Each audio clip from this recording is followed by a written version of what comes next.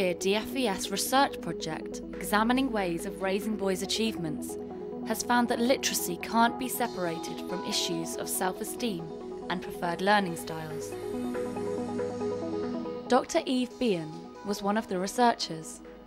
Today, she's revisiting a school in Essex which took part in the project.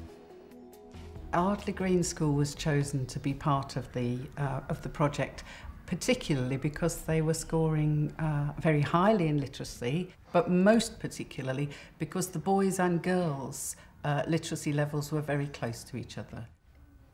When we first became involved in the Raising of Boys Attainment project, that was the first question: what are you doing differently? And my answer was, we aren't doing anything differently, because what I fundamentally believe is our approach to teaching, it certainly helps to raise boys' attainment, but it helps to raise girls' attainment too.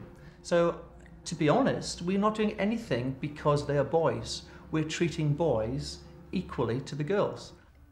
This week, we're not just persuading on one side, we're not being biased, we are stating the issues on both sides of an argument. In the last programme, we observed a session with Literacy Coordinator Louise Bartlett.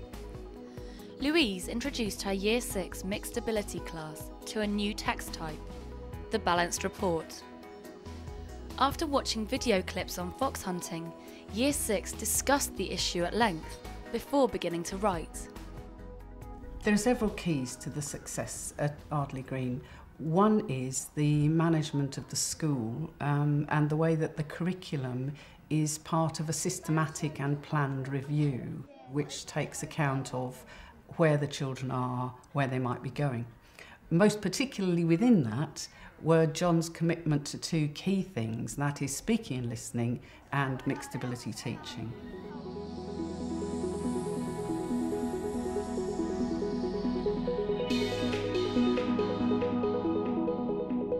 We also put like they die instantly because when the then dogs they shoot them in the head, don't they? Yeah, or when the dogs bite them on the back of the neck. Oh yeah, so they...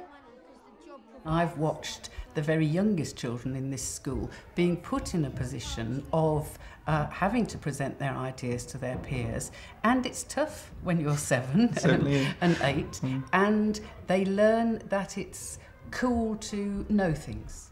It's all right to present yourself in front of others. And if they learn that from the moment they come into the school, then as they get older and perhaps more self-conscious, they still know that this is something that they're in a community of learners where they are going to be supported to say what they think. All we're doing is just wearing them out, as Ryan said, and we're just killing them, which isn't very kind. You so very often see some extremes of behaviour that boys might have. One is being very fearful, so that when they write, they are quite physically tense, they want to rub things out, they're fearful of making mistakes, therefore they don't try things and therefore they don't take their learning further.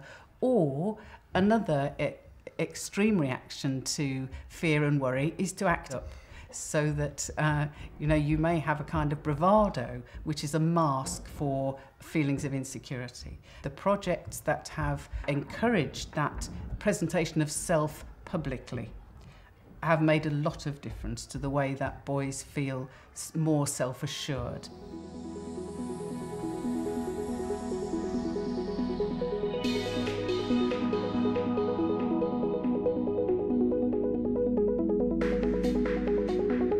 The main question that you're having in your head as they go through this is, have you heard both sides of the issue of fox hunting?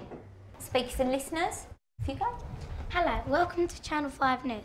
We're having a debate whether we should carry on fox hunting or ban it. And what's been very interesting for us as part of this project is just to see how the speaking and listening activities impact their writing. And we've looked at the same ways we look to structure children's writing. We also look at ways in which we can structure children's opportunities to develop their speaking and listening activities. It's the collaboration that leads to the presentation that's central to the success. Yes.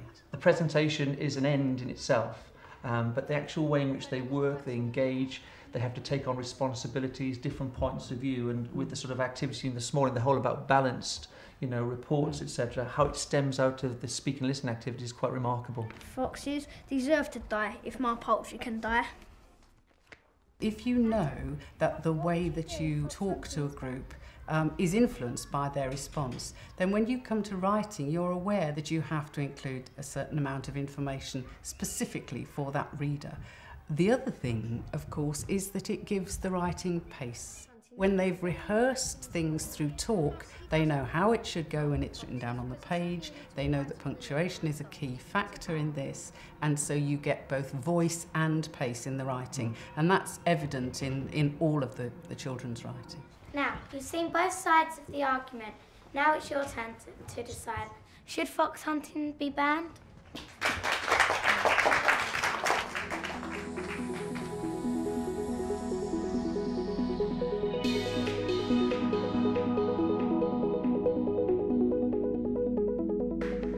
Ryan, you are our writer of the week. Give him a clap.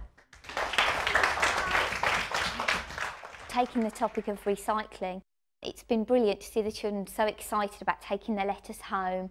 They're very excited about the idea of their parents writing back to us. That to me is most important, because if the children are motivated, then they'll be keen to work on and improve what they've done. Did you know that you yourself use 2 trees worth of paper each year, and that is animals' homes that are being cut down? If you recycle that paper, it could save millions of animals' lives. It is also affecting humans. Trees give us oxygen. Author on literacy, Sue Palmer, agrees that teaching practices must provide added motivation for boys to read and write. I thought her competition for the Writer of the Week was a lovely one. Praise, opportunities to score in competition, also to score against yourself. Hello. I like it how he's put, for all we know, so he's put the consequences that could happen if you don't recycle. She had a terrific peer assessment system going with the children. Again, whether they were very clear about how it was done. We want one good point, one way forward. What a lovely way of putting it. And they've got to have ownership through negotiated strategies, and they've got to be trained up to it. Just imagine if no one recycles now. Imagine the world in 50 years. So you should care about the world and your children's future if you will recycle.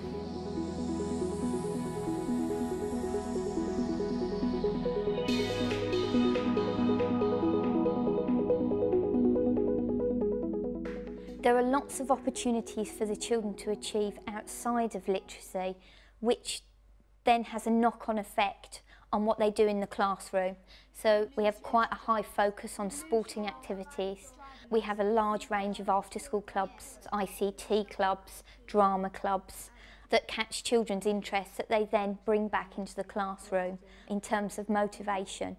Within the literacy hour, I do believe it's the wide range of activities and the independence that the children feel they have over their own learning.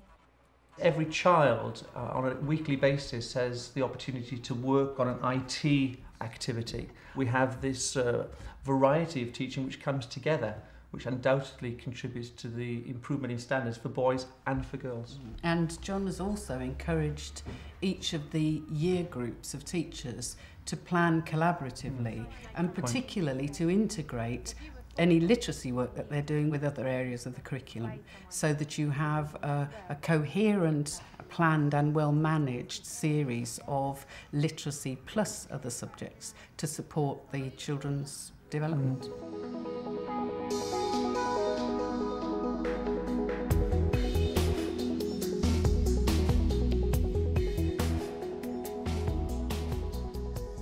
A lot of people say that non-fiction is the best way in with boys. I think it can be if it's exciting and relevant and they've got a reason for what they're reading and writing. I think also too much of the work we've done on fiction in the past has been very much to do with people's feelings and people's thoughts, which again appeals generally more to girls.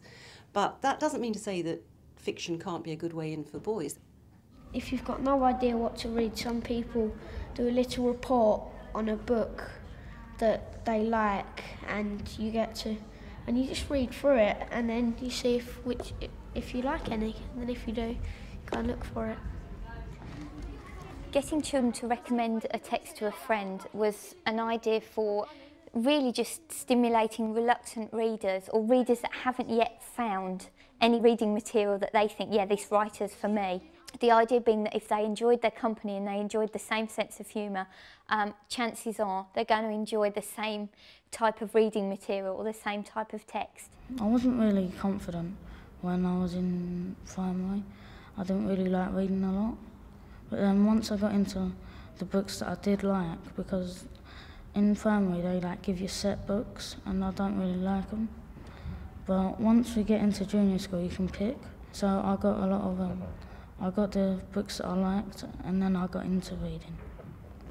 I've seen the film of this and I really enjoyed it, and I thought, I just wonder what it'd be in the book, what the differences are and what the similarities would be from the film and the book, and I haven't read much of it and I'm really enjoying it at the moment, really into it.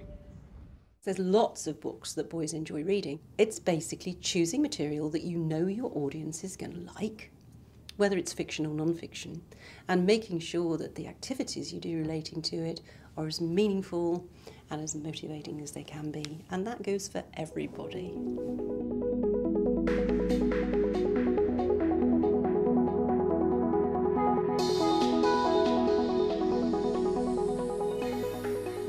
Louise's teaching was full of the visual. I mean, interactive whiteboard is going to be a hugely useful resource with boys over the coming years, and her use of film to provide the content for what they were going to write about, because that's culturally what children are used to now. That's where they get their content from. She also was using the skeleton technique, which National Literacy Strategy introduced. The point of that was that the 6 skeletons would serve first as a visual reminder of the text type, which is particularly important for boys, but secondly as a planning device, so that before you write, you organise everything that you are wanting to say onto the skeleton plan. You saw Louise's class doing a for and against chart. Boys like being able to see how things work, take watches apart to see how they work. It's good to be able to take a sentence or a text apart to see how it works. I loved the way Louise was using colour, because that's a great way of showing this bit of text does this and this bit of text does that. If we look here, what have we got on the end of that sentence? The question mark, so the sentence is a question. Good. I don't think that boys themselves have changed greatly at all. What's changed is our culture, and it's changed in many ways which has not been very good for boys. Things like becoming a more multimedia culture, so that writing and reading are less essential. It's a quick fix culture, so that boys who have a poorer attention span find it more difficult to settle and learn.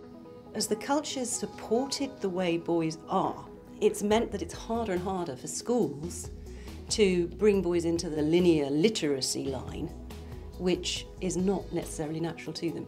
The schools have got to recognise it, adapt, and look at the best ways to bring them on board.